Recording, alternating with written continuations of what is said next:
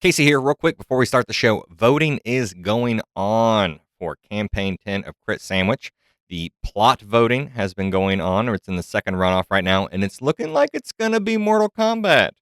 So we will be voting for where this Mortal Kombat tournament will be set and what our characters will be over the next week. So come visit our Facebook or Twitter page. Follow us, like, subscribe, keep up with all this voting that's going on. It's going to be a few rounds, and at the end, we're even going to vote for who is the dungeon master for this campaign. We hope you are all enjoying our listener choice for our whole game on Campaign 10, and let's get to the show.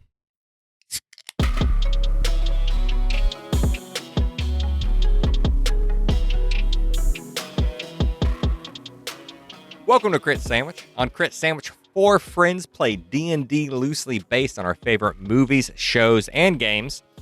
This is episode 3 of Campaign 9. For this, our 9th campaign, we are a family playing through the plot of Jumanji in the setting of Ravenloft. My name is Casey Sears. I am playing Thomas William Middlebury, who is playing Hogan the Savage. Chuck, who are you playing?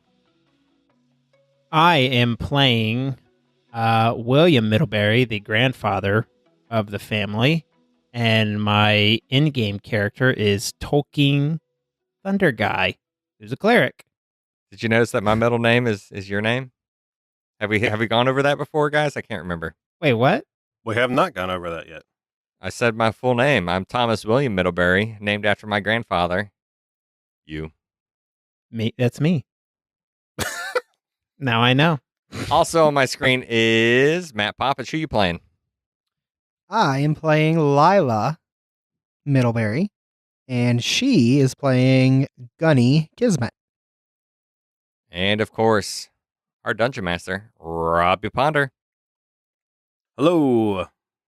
Yes, I hope it's not too confusing. Everyone is playing 2 characters. And just to sum it down a little bit easier, Chuck is playing the old guy, Casey is the teenage wrestler, and Matt is the young wizard. So last time, on episode 1, our players passed out at the end, and then at the beginning of our episode 2, they woke up in the body of their D&D characters. And when you guys woke up, we entered initiative. At the end of initiative, the mom, Tracy, was gone. You guys got some help from Madam Eva, giving you a card reading. After that, you went outside, and you are currently investigating a misty sheet of a glass wall that is a kind of head high. It's shaped like no bigger than an igloo, an Eskimo's igloo. And while inside, you got attacked by a rug. Do you guys have anything else you would like to add? Yes, I am outside the barrier in my D&D character body, while my 2 grandchildren are inside the barrier in their normal human bodies. Okay, this again is episode 3. If you haven't listened to episode 2 of this campaign, please go back and do so now. Roll initiative. You want all of us to roll? Yes, please. And since we are playing since Lila and I are playing our human people, we just roll a d4 with it, right? Yes. Lila got a 19.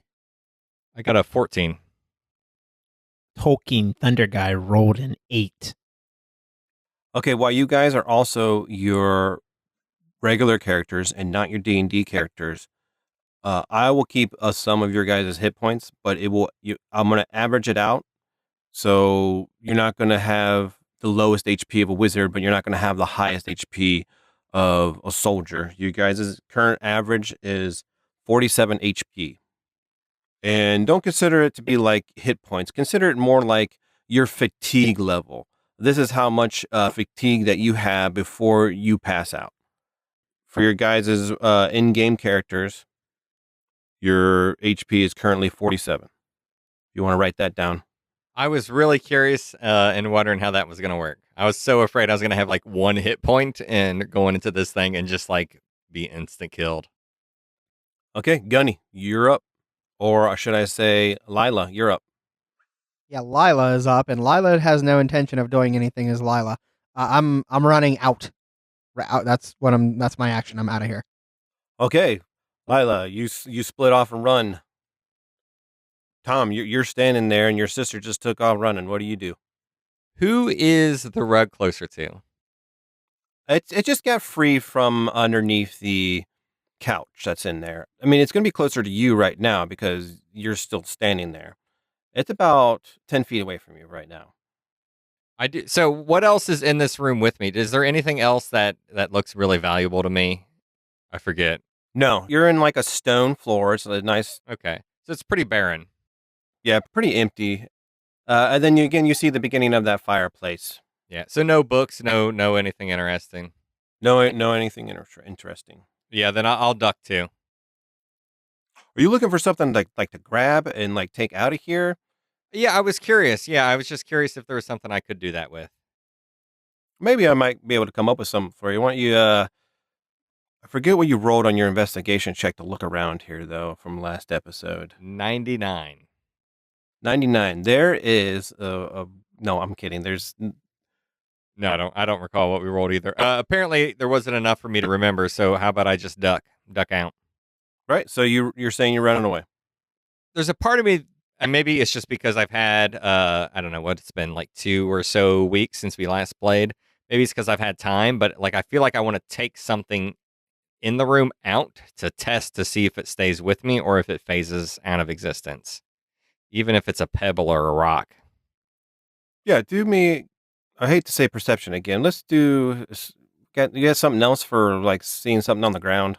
How about like a sleight of hand to see if I can grab something on my way out? Sure. Yeah. We'll count this as your action though. Okay. Not that it matters. Yeah, I was about to say, is it going to get an attack of opportunity? 15. Yeah, there might be some like dust particles on the ground, maybe like a little loose stone. Because in between these little stones, there might be some dirt that got trapped in there. So you brush your hand across there as you're running out, and you pick up a couple of just a little tiny little stones that happen to maybe get chipped off on this stone floor as you run out.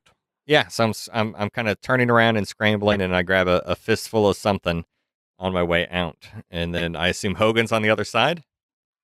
Yeah, so you run out, and you run out as Hogan on the other side. You open up your hand, and you do not see anything in it.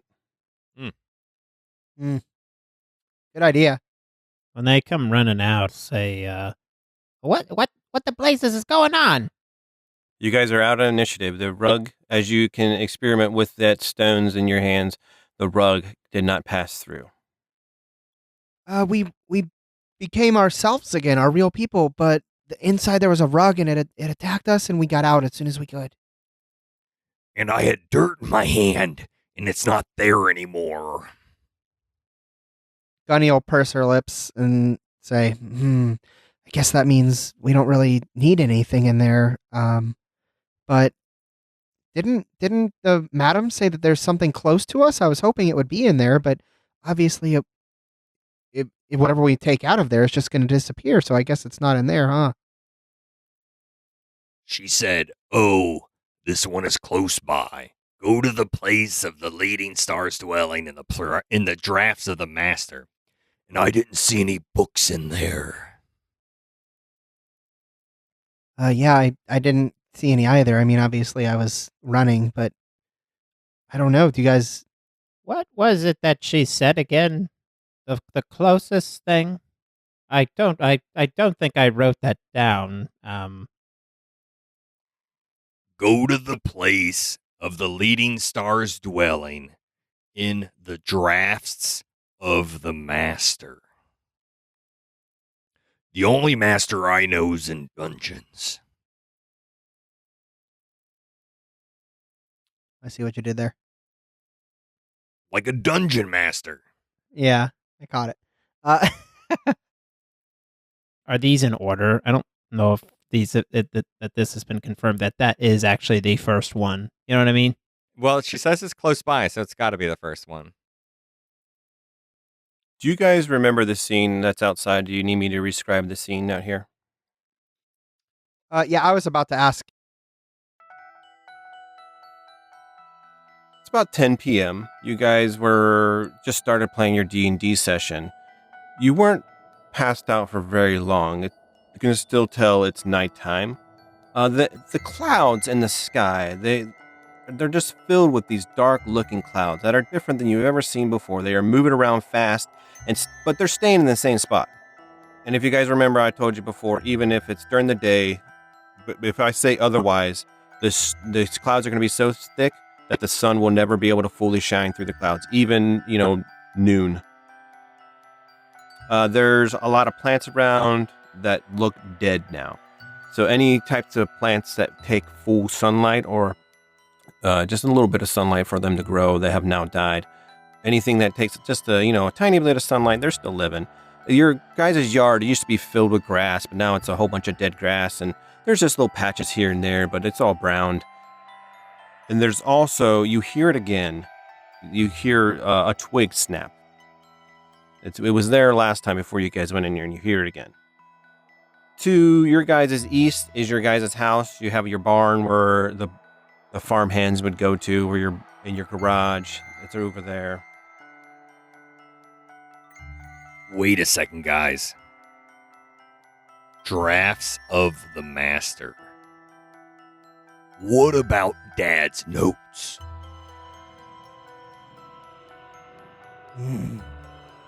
But your dad's not the dungeon master. Your mother is. Well, maybe her notes. The notes. Yeah, so back in our house? Wouldn't those be like at the table at the house? I mean, we're at the house right now, but drafts of the master. Yeah, let's Think it's worth a shot. who's fast? Who's the fastest here? I'm pretty speedy. I'll race you. I take off running because now that I'm younger and more athletic, I take off running to the house. Race ya? We're like right outside the front door, basically, right? Oh, Let's say it's 25 yards. There's enough to race. I mean, you guys Okay. are in like these stone ruin area where there used to be a building, but it fell. I feel like I can run 30 feet before I get tired. As soon as Chuck starts, or as soon as William or Tolkien starts running, Hogan's gonna look at Gunny and be like, We gotta follow him anytime he runs off. Damn it. I can tell already it's going to get old. and I chase after him. But I let him win, even though I'm pretty sure my speed of 40 feet would definitely win. Gunny will trail behind slowly. Chuck, how important is this for you? Do you want me to do some rolls? We want to acrobatic It's rolls not here? important. It's not Okay. important. Also, I'm letting Grandpa win. I know I could win. Grandpa, you're the first one to the house. You open the door up, I assume. Yes. All right. You open the door up and it looks the same as you left it. With the front window, double window is broken. Glass shards on the ground. You open the front door up, and to your right would be is the way to the basement. Or where are you going in there? What's your character's name again, Casey's Hogan? Hogan the Savage. And Matt, what's your character's name? Gunny. Hogan and Gunny. Hogan, run down to the basement and see if you can find your mother's notes. You stay right here while me and my 30-inch pythons and my 8-foot blade go downstairs. And I look at my blade lovingly and I say, Rage Springer. and it bursts into flames. And I use that to hold that up in front of me as I go down to the basement. Yeah, you go into the basement, and it has that familiar smell of your basement has always smelled. It's a longer walk to go to the family game room. So you walk past your guys' washer and dryers, your furnace is down there. And how are you walking down there? Are you sneaking? I am moving quietly, but I have a big flaming sword in front of me, and I'm holding it like up in battle stance as it's casting light in front of me. You know, I'm like ready to strike like a snake or something with that thing, but mostly holding it up and high, like you might with a long sword.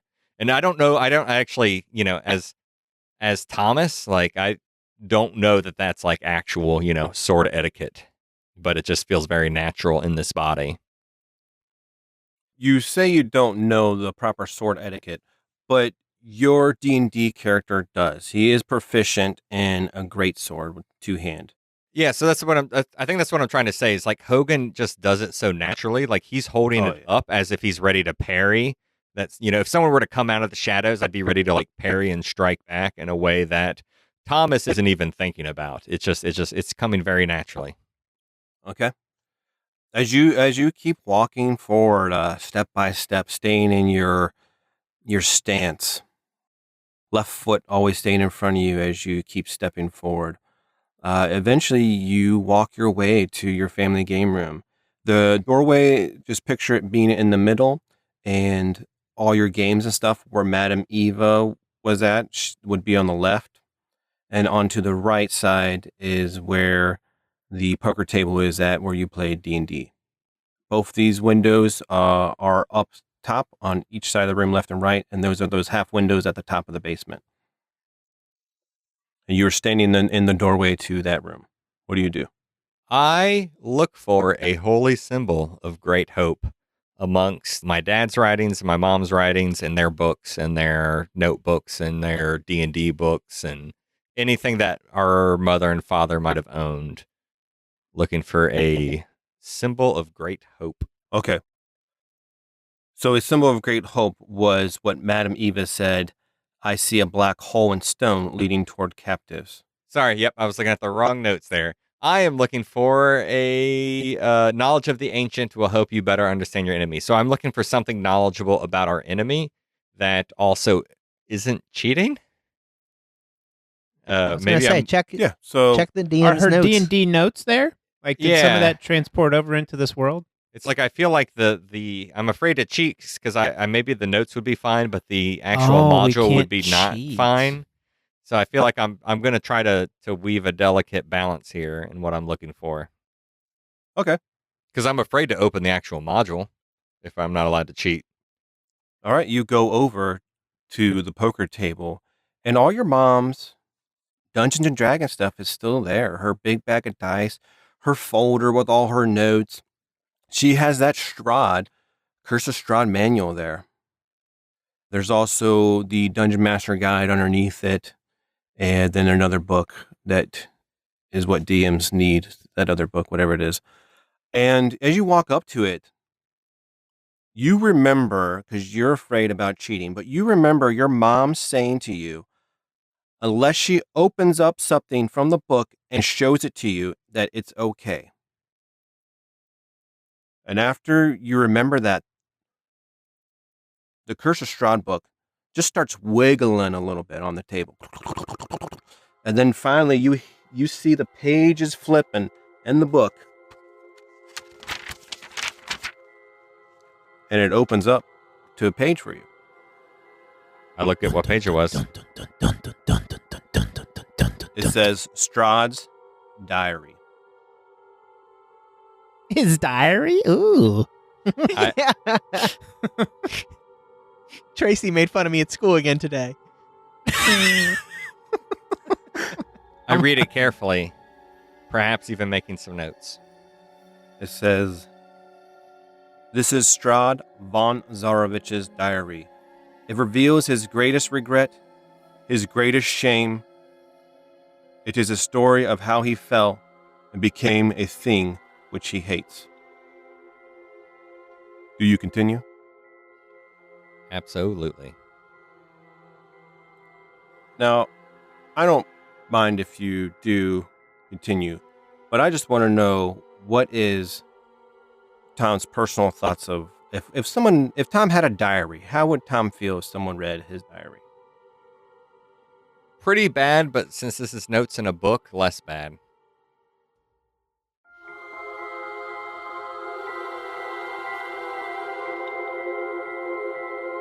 I am the ancient. I am the land. My beginnings are lost in the darkness of the past. I was the warrior. I was good and just.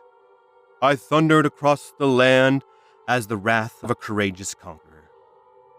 But the war years and the killing years wore down on my soul as the wind wears stone into sand. All goodness slipped from my life. I found my youth and strength gone, and all I had left was death. My army settled in the valley of Bavaria and took power over the people there. I called for my family and brought them here to settle in Castle Ravenloft. My younger brother came. He was handsome and youthful, and it made me jealous. In the valley of Bavaria, one spirit shone above all others. A rare beauty, who was like treasure.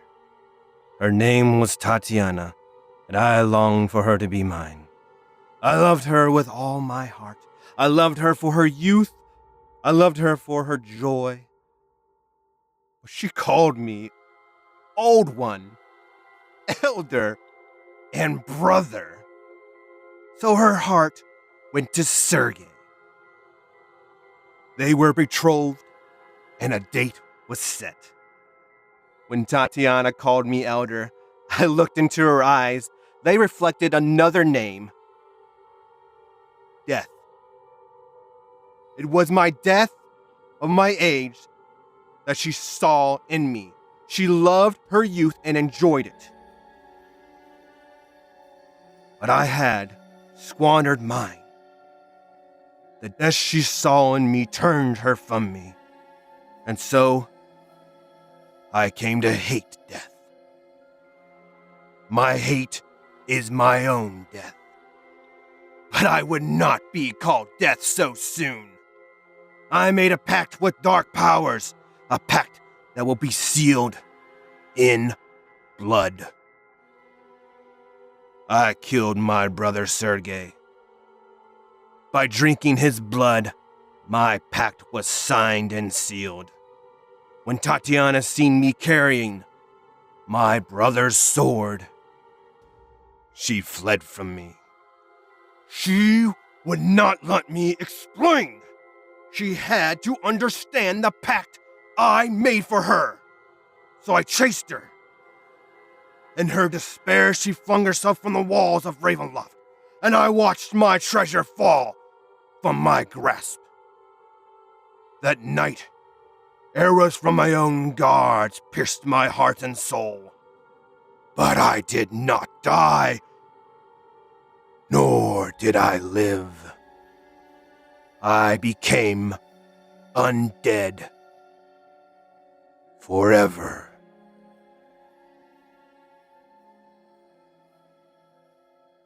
Robbie, you get a point of inspiration for that? You don't know how many times I read over that thing. You're so funny, man. Good job. I feel the rage from that as if he's Yeah. reading into my own ears. I think Robbie is Strahd. I think all that actually happened to Robbie. Perhaps. And do I feel like... Yeah, I feel like this is useful. I feel like this is good info. And perhaps I even rip this page out of the book. Yeah, I'm going to do that. I'm going to rip the page out of the book. And I'm going to take it with me. And show the fam. Is there a reason you can't just take the whole book? Yeah. Because we were shown that page. And flipping through the whole book would be cheating, Okay. I think. So where is Gunny and Tolkien? Are you guys still upstairs? Are you guys like chilling on the couch while There's a couch? Hogan is downstairs? Like, what are you guys doing upstairs while Hogan goes downstairs? Are you guys standing at the top of the basement? I just figured I was waiting at the top of the stairs to the basement. Yeah, I would probably be gearing up, maybe getting some food just to make sure, when you go on a quest, you can't do it on an empty stomach. So, taking care of the old tum-tum. Okay. Gunny, while you're in the kitchen, you see a shadow pass by the window. A shadow in the shape of a man. Or a person. In the shape of a person with long hair. Guys? And I'll yell guys loud enough for Hogan to hear me. I walk into the kitchen and say, "What?" If I heard Gunny yell, oh, wait, sorry. Did you say loud enough for Tolkien or Hogan to hear you, or both of us? Tolkien should be close enough to me. I yelled it loud enough for Hogan all the way down in the basement to hear me. Yeah. If I hear that and I'm done reading, I would run upstairs with that page in my hand. What is it, dear? What's wrong? You seem troubled. I'm not sure, but I'm pretty sure I just saw something fly outside, and it was like a person with long hair. I go over to the window that she refers to and look out it. I guess way too dark for a human to see anything out there, especially through a glass window. Humans. I'll go investigate then. Hold on a second.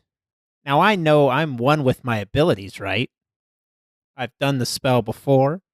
Yeah. I cast light on my warhammer and say, "Light!" and stick my warhammer out the window to like shine it out there. Okay, the window, I'm sorry, but I'm not trying to be a punk or anything, but the window would be closed. So you gotta like open up the window and then like stick your hammer out there. So do you do all that? Sure. Or do you break the window? I'll just break the window. I like thrust it forward like with my doing my spell, and I accidentally break the window as I do it because I'm so excited. Okay, you do that when your warhammer sticks out there and you say light. You see a person and he's walking away from the house, and when you do that, he turns and looks. You, sir, get off my lawn. I don't know why. I was not expecting that at all.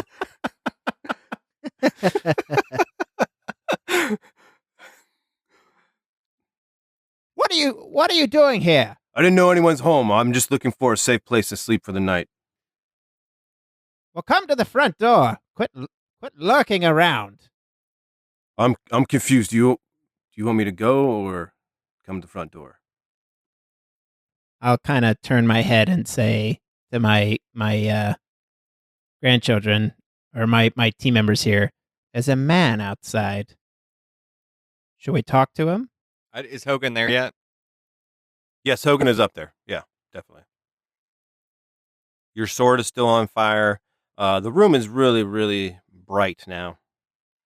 The character that is outside, as he's looking at you guys, he has his hand over his eyes trying to block some of that sunlight that is shining on him.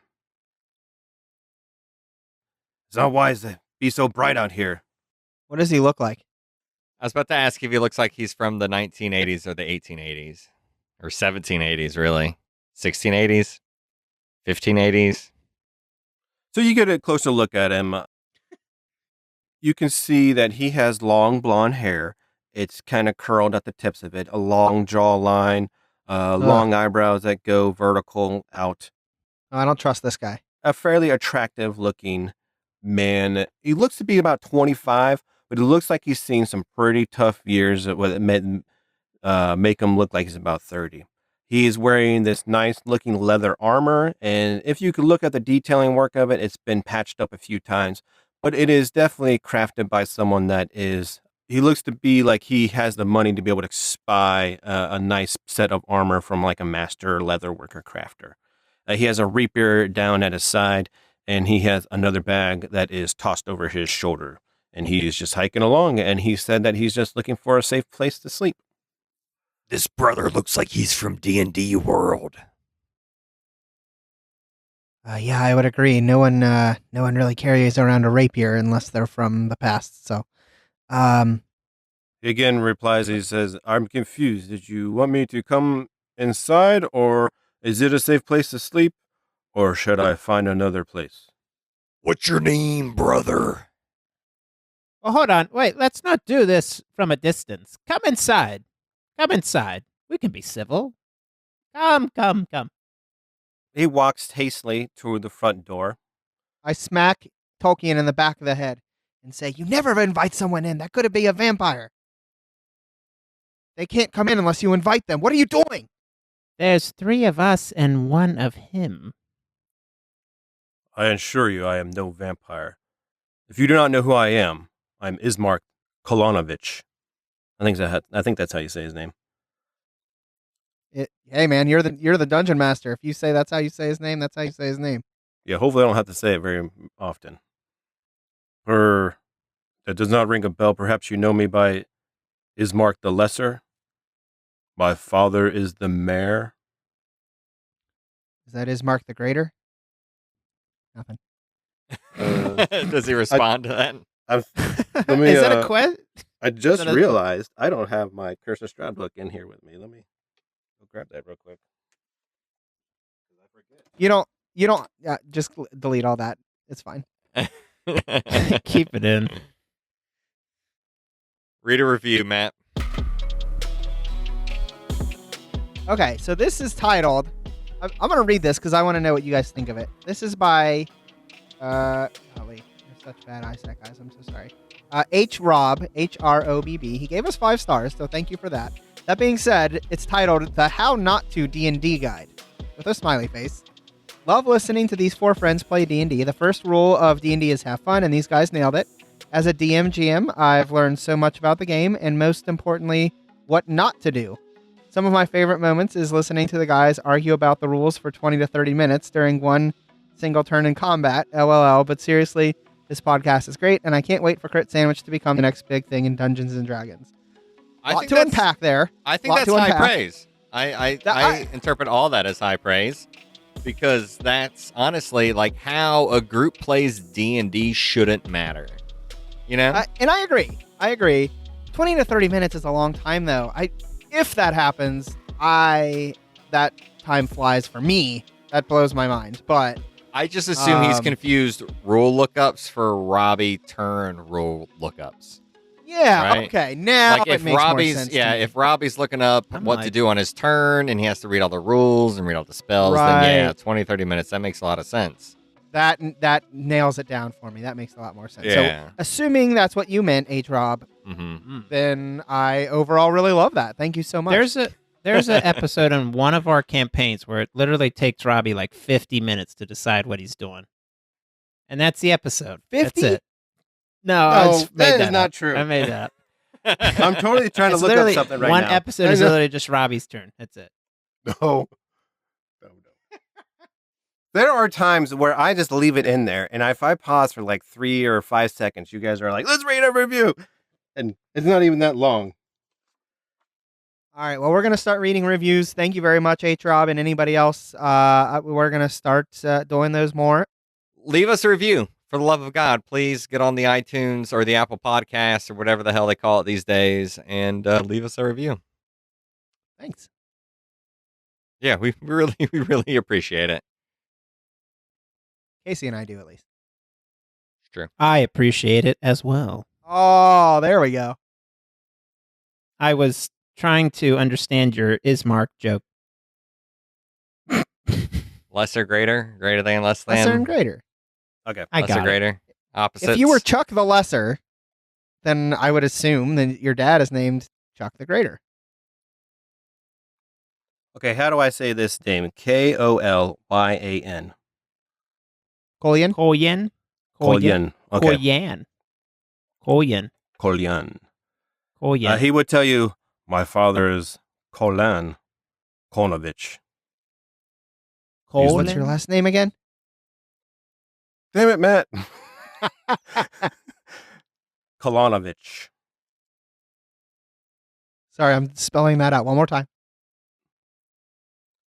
I actually might have it wrong, but You're fine. I'm teasing. All right. So, yeah, he's already been invited in. So I guess we let him in. And I'll offer him some food. And I'll start making maybe a frozen pizza that's in the freezer and add some extra garlic. Okay. Yeah, and I'm sorry I didn't say this before, but as you guys are kind of questioning him, he just he spells out his name for you guys. Are you sure? My name, you never heard of me. My name is Ismark, Ismark, Ismark the Lesser. We're not from around here, brother. Or you're not. I'm not quite sure where you think you are. As I make him pizza. Can we do any sort of like checks or anything like that? Like a history check? Sure. Have we played in this world before?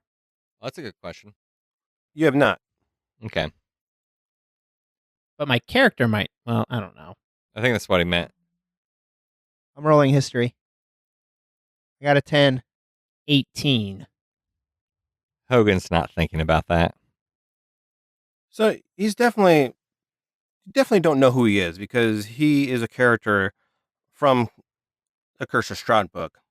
But what Tolkien's history check has told him, for some reason, you remember the words that Madame Eva said before she disappeared. As she begins to fade, her last words were her advice that she recommends you to follow the path that is marked. As she faded away, that was her last words.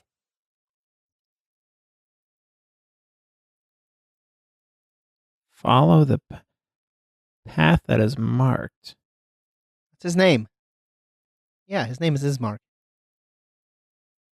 That's pretty good. It's a play on words, Chuck. I get it, Gunny. Sure. Thank you. It took me a while. As an old man, it takes a while. Your name is Ismark. Get it? His name is Ismark. My name is Ismark. Yes. Do you know who I am? We do. Can you? I've And changed my ways from my past a little. I am no longer who you probably think I am. I'm a sworn sword now. I swear my oath to my sword, and I swear my sword to people that I trust to follow. I say, Ismark, what do you know about Strahd von Zarevich, Skadovich, Skavitskivi? You say Strahd's name, and Ismark jumps up and he starts looking around out the window, and he, don't say his name. Don't say his name. His spies are everywhere. And he goes over and looks through another window. Tell us what you know of him. Well, I'm not much to know that you already don't know. He's a villain. He's a vampire. He does what he pleases. He's the ruler of this land. You can't trust him. He'll double-cross you. Do you know how to defeat him? Many have tried and have failed.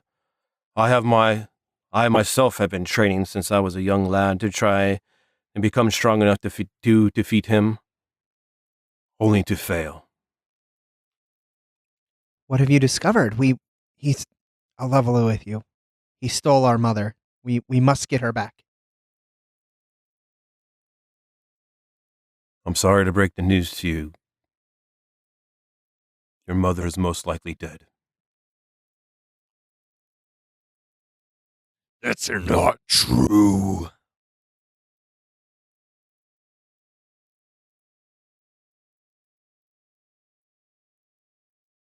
I grab him by the front of his shirt and I say, We will find her. We're gonna kill Strahd if we have to, brother. Ho there now, big guy. I do not mean to threaten you. I'm just trying to let you know a lot of people have given hope, but all hope is gone here, okay? You can still hang on to your hope if that's what you need, but many people have given up.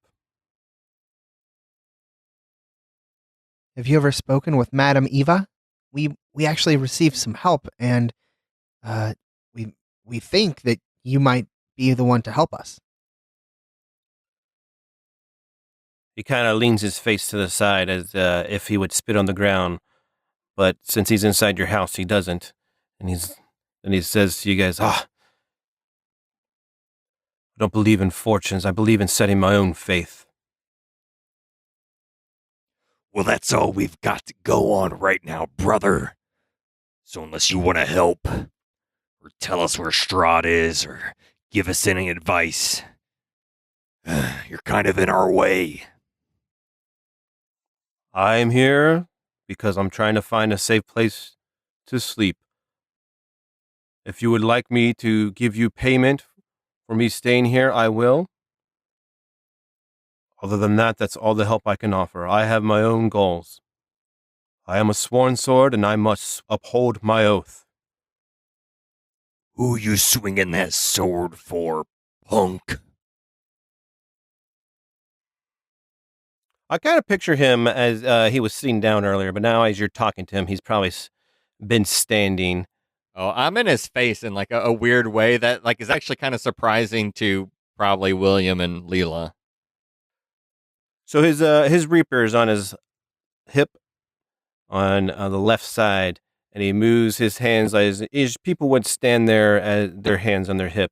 He moves his hands to his hip, and now he is kind of holding his Reaper with his left hand. It's not his sword arm, you can tell from the way his leather gloves are, but he is resting his hand on his Reaper now. Apparently, this is not the place, or not the safe place for me to stay. I should probably be going. I'm sorry. You have to realize our mother is missing. I just want to know who you're swinging that sword for. Is it Strahd or one of his lieutenants or something? Or is it a friend? That's my own business. All right, hold on a second. I don't have time for games. My daughter-in-law is in danger. These children, their mother is in danger. And you, sir, are going to help us. And I take my warhammer and I slam it on the ground. And I cast Zone of Truth. Yeah, you can read me that description. I'm not 100% sure, but if he chooses not to answer, he doesn't have to tell you Well, he's in anything. the area. Yeah, I mean, he's Right. still going to, he'll tell you the truth, but if you ask a question to him, I don't think he has to answer. But Correct. if he does answer, he has to answer with the truth. You create a magical zone that guards against deception in a 15-foot radius sphere centered on a point of your choice within range. Until the spell ends, a creature that enters the spell's area for the first time on a turn or starts its turn there must make a charisma saving throw. On a failed save, creature can't speak a deliberate lie while in the radius. You know whether each creature succeeds or fails in the saving throw. An affected creature is aware of the spell and can thus avoid answering questions to which it would normally respond with a lie. Such a creature can be evasive in its answer as long as it remains within the boundaries of the truth. Okay, so he can evade your question. What is your spell DC? 14. All right, he rolled a 13. Who are you working for? I'm a sworn sword, and I am sworn to protect that of who I sworn my sword to, and I would not be protecting them if I tell you who I am protecting. What is their name? So while I'm in this zone of truth too, I'll actually say, Oh, I'm sorry. I didn't realize it was that big of a commitment.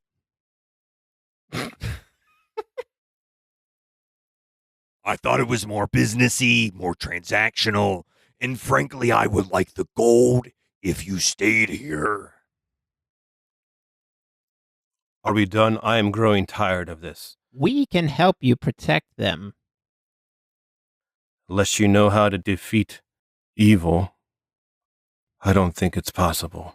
I have an 8-foot sword that's on I fire. know how to defeat evil. So, you invite me in here. You threaten me. I made you a pizza, and I pull it out of the oven. It's ready by And now. I invited you inside. Hogan, step away, please. You threaten me, and then you offer to help me. I am very confused. Even coming into this house, I was confused about entering. Yet here you are. It's been a very difficult evening. Listen, we think our relationship can be mutually beneficial. You have someone that you need to protect, and we can help you with that. And we were told that we need something from you. We don't know what. So maybe where are you headed, and maybe we can help you. I'm heading into Roveria. You're more than welcome to travel with me in the morning. But once we get to the city, it's probably best for us to part ways. I'll pull my crew together and say, guys, I think we all know that the path of Ismark. This is Ismark. So I think that's where we're supposed to go. He'll be eating the pizza while you guys are having a little side conversation. Does he like it? This is very important to Gunny. He is chowing it down. Why don't you roll with Yes! advantage? How did you make that pizza so quickly? She's a freaking wizard. You're in the zone of truth. It's leftovers from earlier. I crit. Crit. Oh man. I don't believe you. He'll even say, like, you guys are having your side conversation. He doesn't even care anymore. He'll come up to you and he'll be like, "This is the best thing I've ever eaten. Ever eaten. This is the best thing I've ever eaten. What do you call this?" This is called pizza, friend, and there's plenty more where this came from. Pizza. It's amazing. He puts his hand on your shoulder and he's like, "If I wasn't already in so much debt, I would be in your debt too. This is marvelous. This is another experience. It's like it's something from another world. This is so delicious." Enjoy. And it sounds like we plan on traveling with you. We will keep you safe and escort you to Bavaria. And there, maybe you can start a tavern, and I can give you the ingredients to this. Oh, I will most likely die before then, but one can dream. As we travel, I will make sure that you are on my left side, as he is hinting that he will guard you. Gunny will blush a little bit. How old is your character? She's like 16. She's only 16. Shut up, Grandpa! And I'll be really embarrassed and hide my face. Wait, so is this really the plan? Do we wait until morning with our mom gone? I don't feel good about this, sister. It is safer to travel during the day. I understand your circumstances. Go ahead, Matt. Hogan, I think he knows more than we do. Brother. All right. Well, I just want to let you know that I don't feel good about this. And I kind of can't control how I talk. Well, the morning's not going to come until we take a long rest. You can sleep over here, and I'll show him to the couch area. Yeah, so the couch is kind of in front of the window. He would prefer, he'll just say out loud, "I would rather sleep, if it's possible. I don't mean to intrude. I appreciate your hospitality. I do not want to sleep next to the window. I can easily get snatched up. Perhaps a room without a window, or I'll just sleep in the corner over here. It's perfectly fine." What about the basement? Oh, wait. It was already broken into by bats. What about, I don't know, the house layout, really? Are there any rooms other than mine? Just throw some blankets in the bathtub in the bathroom. Yeah, that would be a safe spot that you guys would feel. There is, I mean, every room in the house does have a window. You are correct though. If maybe the safest place would be in the basement for you guys. I'm just getting that vibe that you guys are wanting to feel someplace safe. That's not by a window, if that's what you're looking for. I mean, those basement windows are those half windows, so nothing big is going to be able to get through there.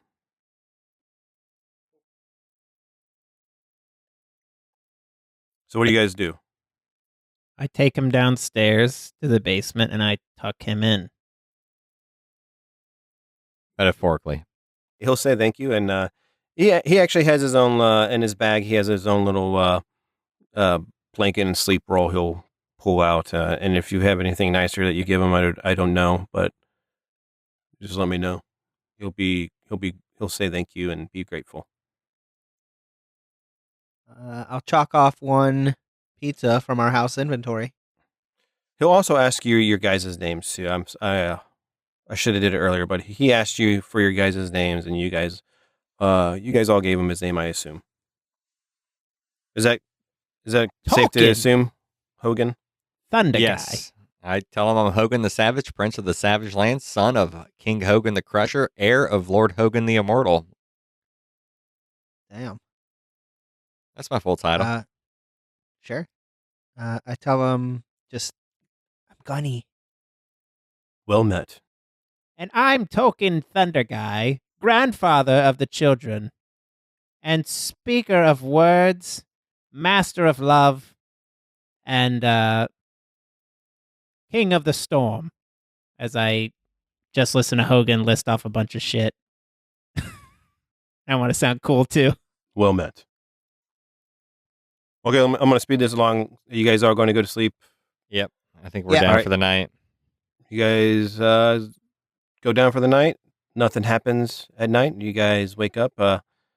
You can tell it's the morning time, but it is just a little bit brighter than what it was earlier. And who wakes up first? Me, of course. Yeah, you wake up first, and Ismark wakes up as well. He starts packing up his stuff, and he is ready to go. He's at the entrance to the house. He's ready to go. He has some gold sitting in his hand. He's ready. Sorry, I don't think Hogan or Thomas would have slept well at all tonight. And in a weird turn of events, hearing if anyone wrestling downstairs or whatever, he would have woken up as well.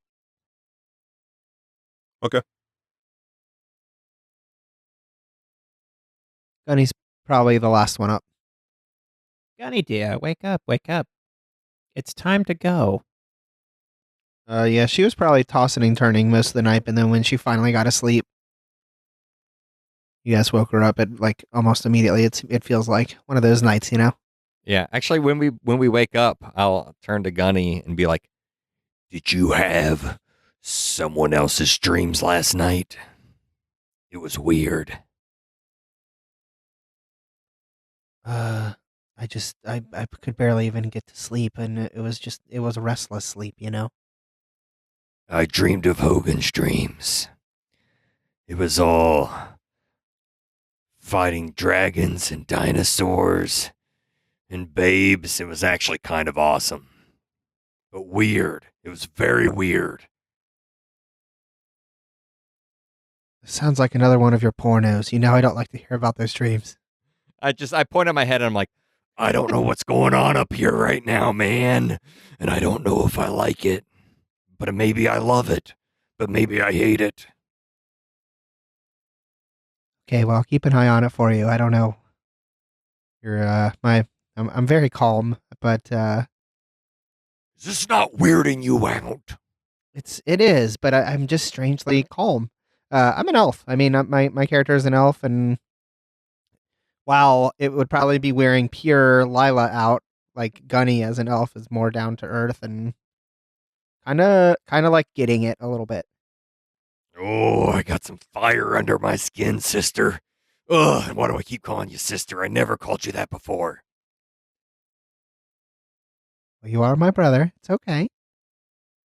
Ismark is by the door, and he's waiting for you guys. He has some gold in his hands, ready to pay for his night in your guys' house. As the oldest, I'll take the money. He hands you 5 gold pieces.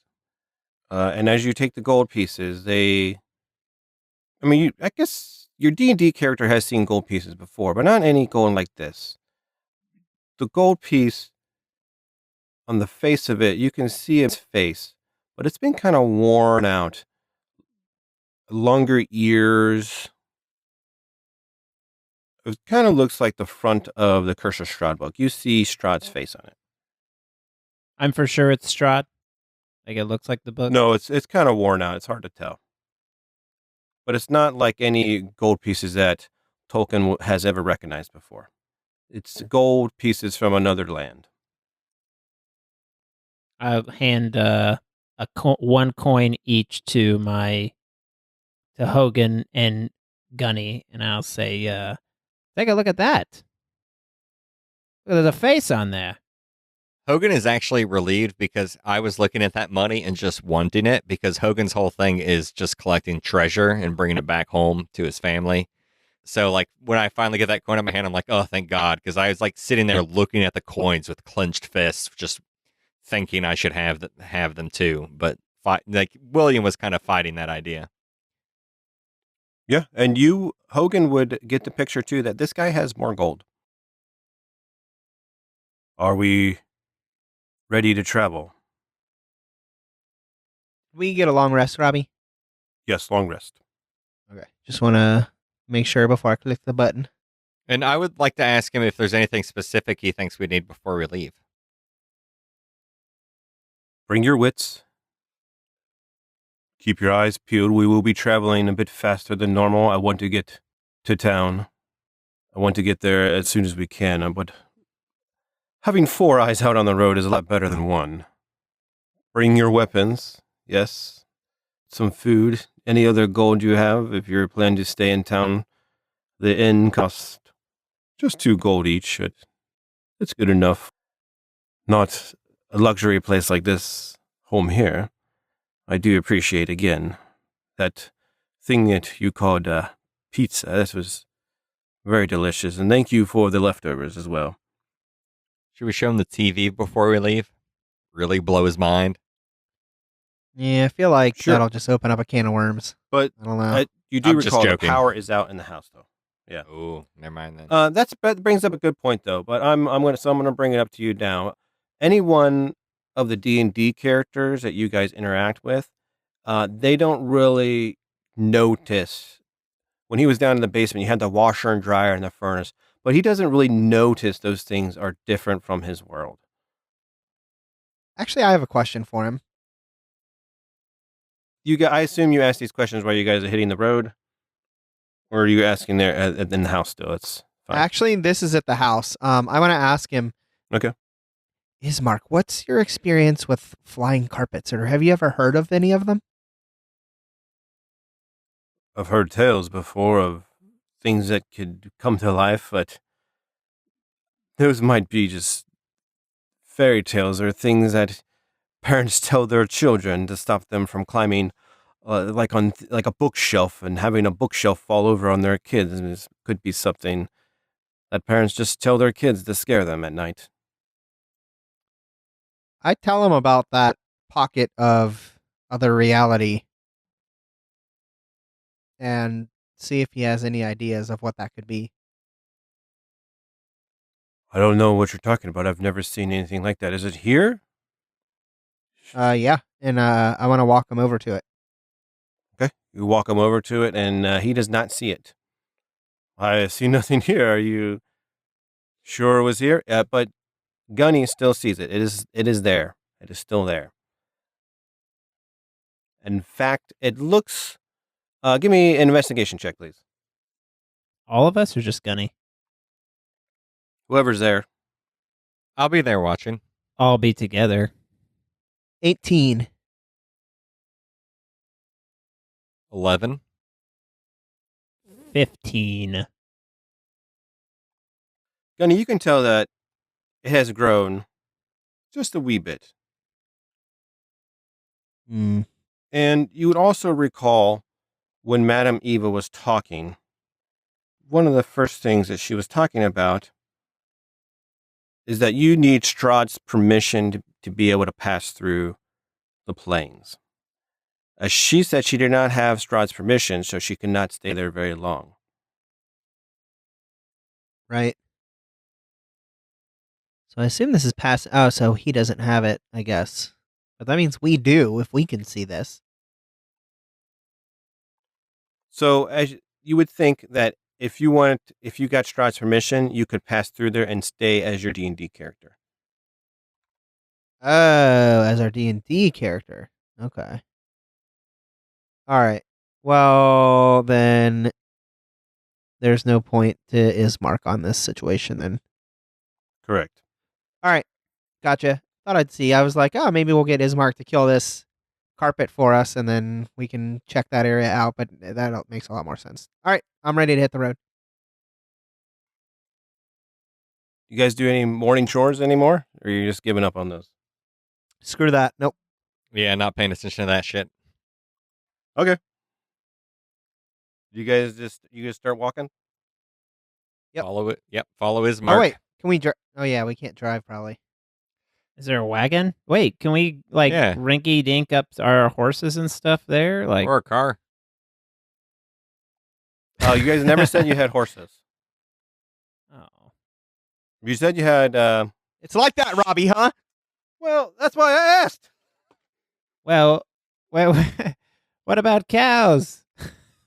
We got goats. Let's Okay. just make a Yeah, fucking chicken sled. and goats. Chicken and I goats don't is what you said. I don't know where we're going or how we're getting there. Is he pointing towards a road that we can just drive down? The town that you guys live in is Horn, and the area that your family went to for dinner is the way that it looks like he's getting ready to. He keeps looking that way. He's ready to travel that way. Okay. Well, let's. I'll offer to drive Drive Right. drive what? Your the car. wagon? He We got doesn't the have a keys. wagon. He walked here. No, don't we have a car with keys? And Okay. So the car is in the garage. let's get it. Do you go to the garage? Yeah. You go to the garage, and there's no car there anymore. It is a Mustang horse. Yeah. As I'm opening up the garage or whatever, I'll be like, We got a horseless wagon. and then I open it up and there's a horse. That horse is right in your face. It pushes its face right into you, as in a way of showing affection. Aw. Do I notice this Steve? Or does Hogan notice this Steve? Or Tolkien or Gunny, I guess is the question. Did you have a horse in Hogan's past? Did you have a huge muscular horse? Oh, I mean, if anyone had a big muscly horse, it would have been Hogan. He would have rode that all the way from the Savage Lands. Here it is, right here, exactly the way that you last left it, without a saddle. And what color was your dad's Mustang? I think I said it was red. This one's got to. I mean, if it's Hogan's, it's got to be like jet black. So the jet black, and it also now has a slight tint of red on it as well. Nice, like a Guinness. What's your horse's name? Oh, Hogan the Savage. Hogan the Savage would have Arnold. a horse. I was gonna say Piper, as in like Roddy Piper. Randy. Well, that's already got that with the Savage.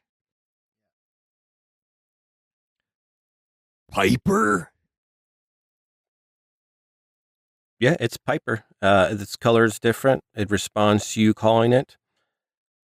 Go ahead and add a war horse to your inventory.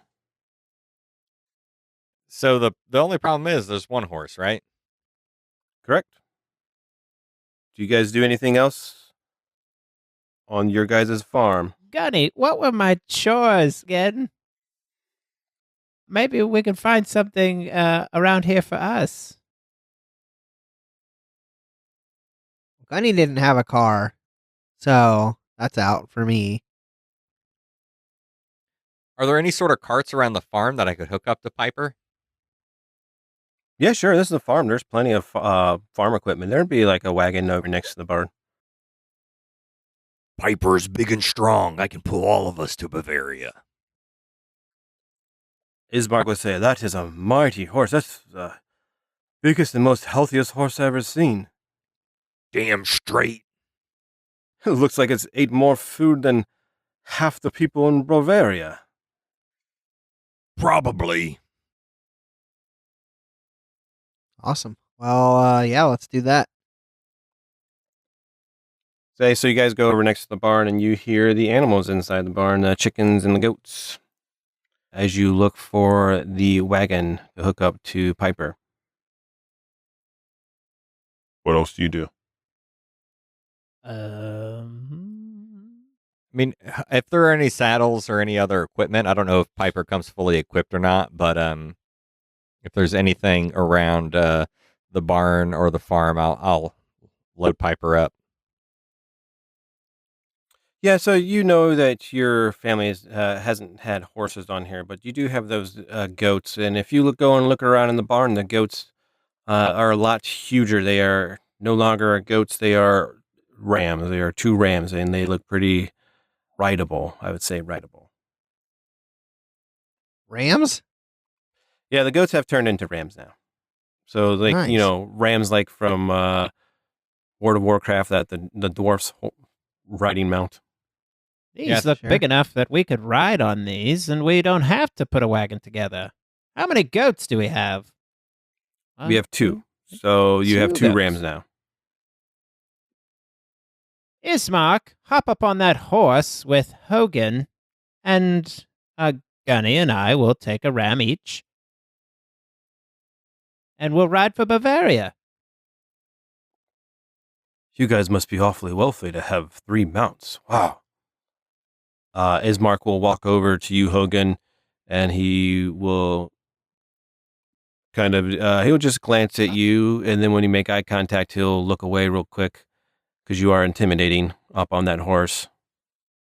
I'm going to reach out my arm when he starts to walk up to me and be like, All right, brother. We're in this together now. like it's clearly like a I'm sorry for what I did last night, and I'll reach out an arm to help him onto the horse.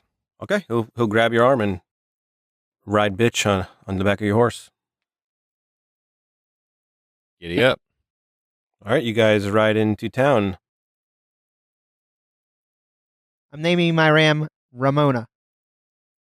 Ramona. Thank you, Matt. Chuck? Ramsey. Cute. Because he's a ram. I get it. I do. I do get that. So, Robbie, we are riding from our house to. It's one of the things that's confusing to me is to town. When you say that, like which point on the map are we actually riding toward? Oops. Yes, let me bring that up. Because I understand like the whole map is technically a town, just kind of sprawled out, right? Residential living. So you're at your house, so you'll be traveling north and then going, or you can travel east from where you're at. Whatever way you guys. And Ismark will say that he doesn't have an opinion which way you guys go, but you can either go north to the police station or east to the mine. Well, there is a peak that we're supposed to check out. An avenue leading to the peak, to a tree, to a nut.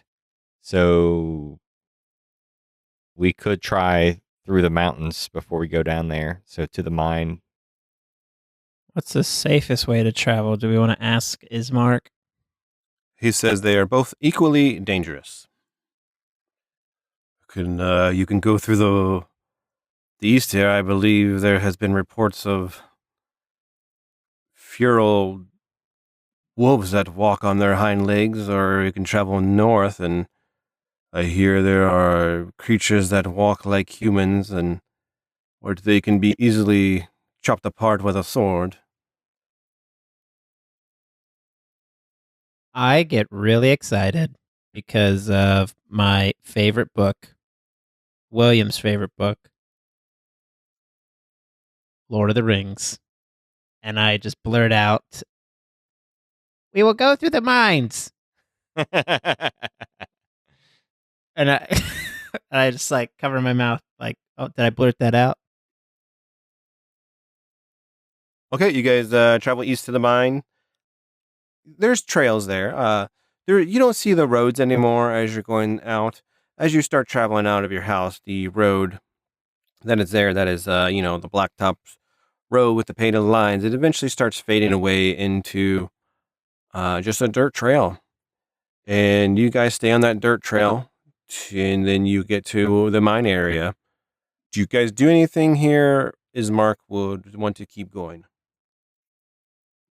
So, while we're at the mine area, I'm going to read out 2 clues that I think that might be relevant. I'm not sure which one it could be. Yeah. The Adam's wine in the shallows of a working deep. I was going to say you see a black hole in stone leading towards captives around Yeah. towering blades. The blades of the sharp, jagged edges of the mountain are the blades. So there's a windmill, so I don't know if it's towering blades would be in the mines. But maybe towering blades is the mountains. But the other one, yeah, I was thinking was, since seems to be the most mountainous, I was thinking it is find the avenue leading to a peak, to a tree with one nut, look for the nut. Do we see are there trees up here near the mine?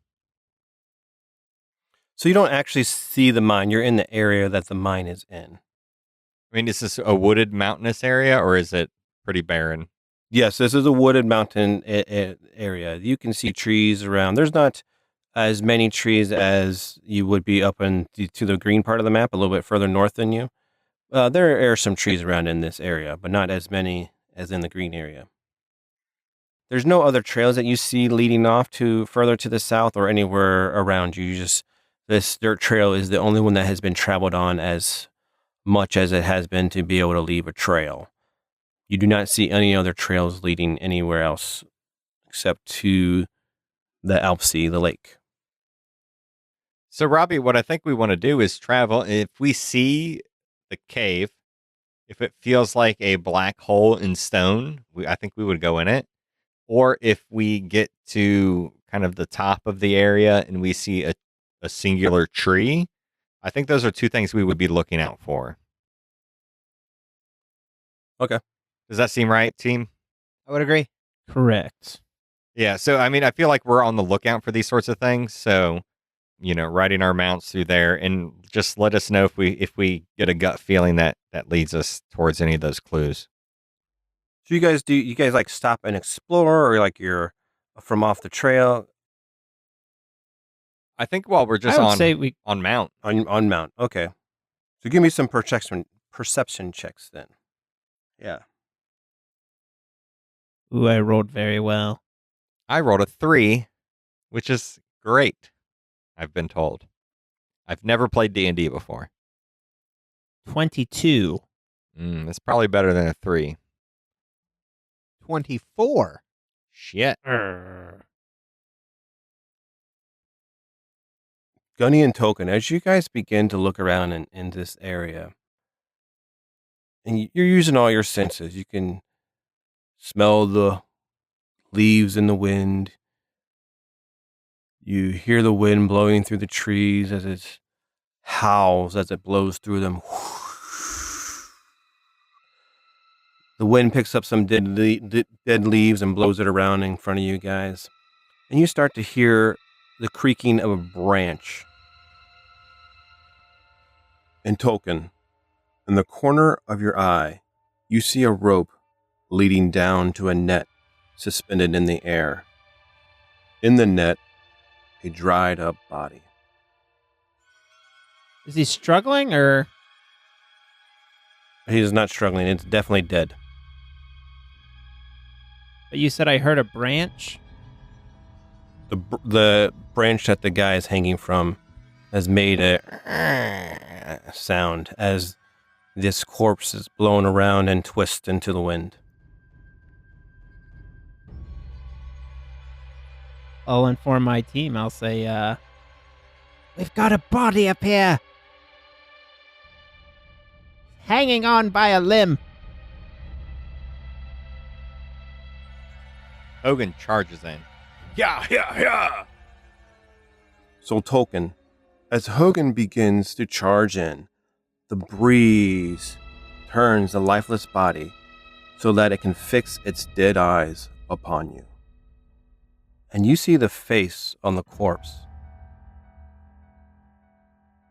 And to your surprise, it's you. The way you looked when you served in the military during World War II, it's your face on this corpse. As Hogan rushes his horse in, what do you do, Casey? You run into it? I would pull out my sword and hit that rope so the body falls to the ground. You run in and hit the rope with your sword, chopping it, and the body falls down, and it just shreds into dust and bones. And Tolkien, you're stuck with that image of your own face. A younger William. You're just stuck and it's burned into your eyes as you remember that was you from World War II.